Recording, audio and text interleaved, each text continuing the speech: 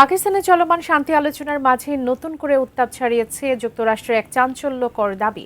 মধ্যপ্রাচ্যে যুদ্ধ শুরুর পর থেকে ইরানের দখলে থাকা হরমুজ প্রণালী এবার পাড়ি দেওয়ার দাবি করেছে মার্কিন যুদ্ধজাহাজ। এমন দাবির পরে ফুঁসে উঠেছে তেহরান। তবে কি সাগরের তলদেশে মারণঘাতী মাইন পুঁতে রেখেও যুক্তরাষ্ট্রকে আটকাতে পারল না ইরান?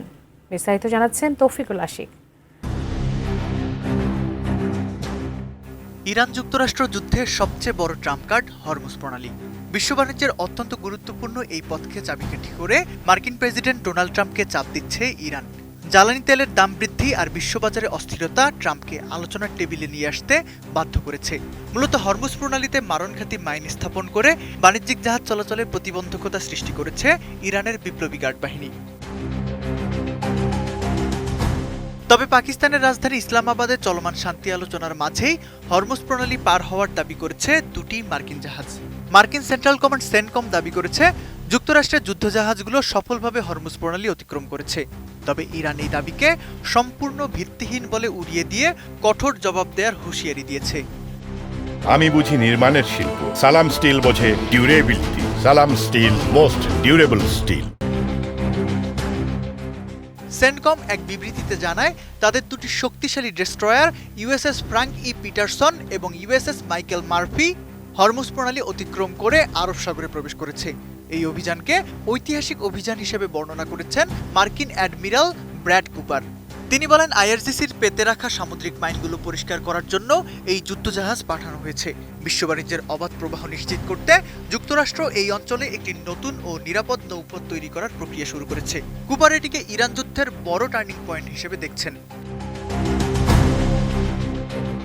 তবে ইরানের সামরিক বাহিনীর পক্ষ থেকে জানানো হয়েছে, সেন্টকম কমান্ডারের এই দাবি পুরোপুরি কাল্পনিক।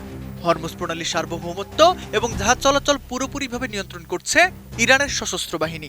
আইআরজিসি এক বিবৃতিতে কঠোর হুঁশিয়ারি দিয়ে বলেছে, অনুমতি ছাড়া যদি কোনো বিদেশি সামরিক জাহাজ এই জলপথ ব্যবহারের চেষ্টা করে তবে তাদের দাঁত ভাঙা জবাব দেওয়া হবে। তবে তেহরানের অনুমতি বা ছাড়পত্র ছাড়া হরমুজ প্রণালীতে মার্কিন নৌবহরের অবাধ চলাচলকে প্রায় অসম্ভব বলে দাবি করেছেন একটি পাকিস্তান ভিত্তিক গবেষণা প্রতিষ্ঠানের মহাপরিচালক মারিয়া সুলতান। তিনি বলেন, যদি মার্কিন জাহাজগুলো সত্যি হরমুজে প্রবেশ করে থাকে তবে বুঝতে হবে পরিস্থিতি বড় ধরনের সামরিক সংঘাতের দিকে মোড় নিতে যাচ্ছে। বিশ্বের 20% জ্বালানি পরিবহনের এই পথ শর্ত সাপেক্ষে কিছু দেশের জাহাজ চলাচলের জন্য উন্মুক্ত রয়েছে। জ্বালানি ছাড়াও সার ও অন্যান্য নিত্য প্রয়োজনীয় পণ্য পরিবহনের ক্ষেত্রেও এটি অত্যন্ত গুরুত্বপূর্ণ। এই পথ বন্ধ থাকায় বিশ্বজুড়ে জ্বালানি তেলের দাম এখন আকাশচুম্বী, যা বৈশ্বিক সরবরাহ ব্যবস্থা ভেঙে ফেলেছে। Taufiqul Ashiq, ATN news.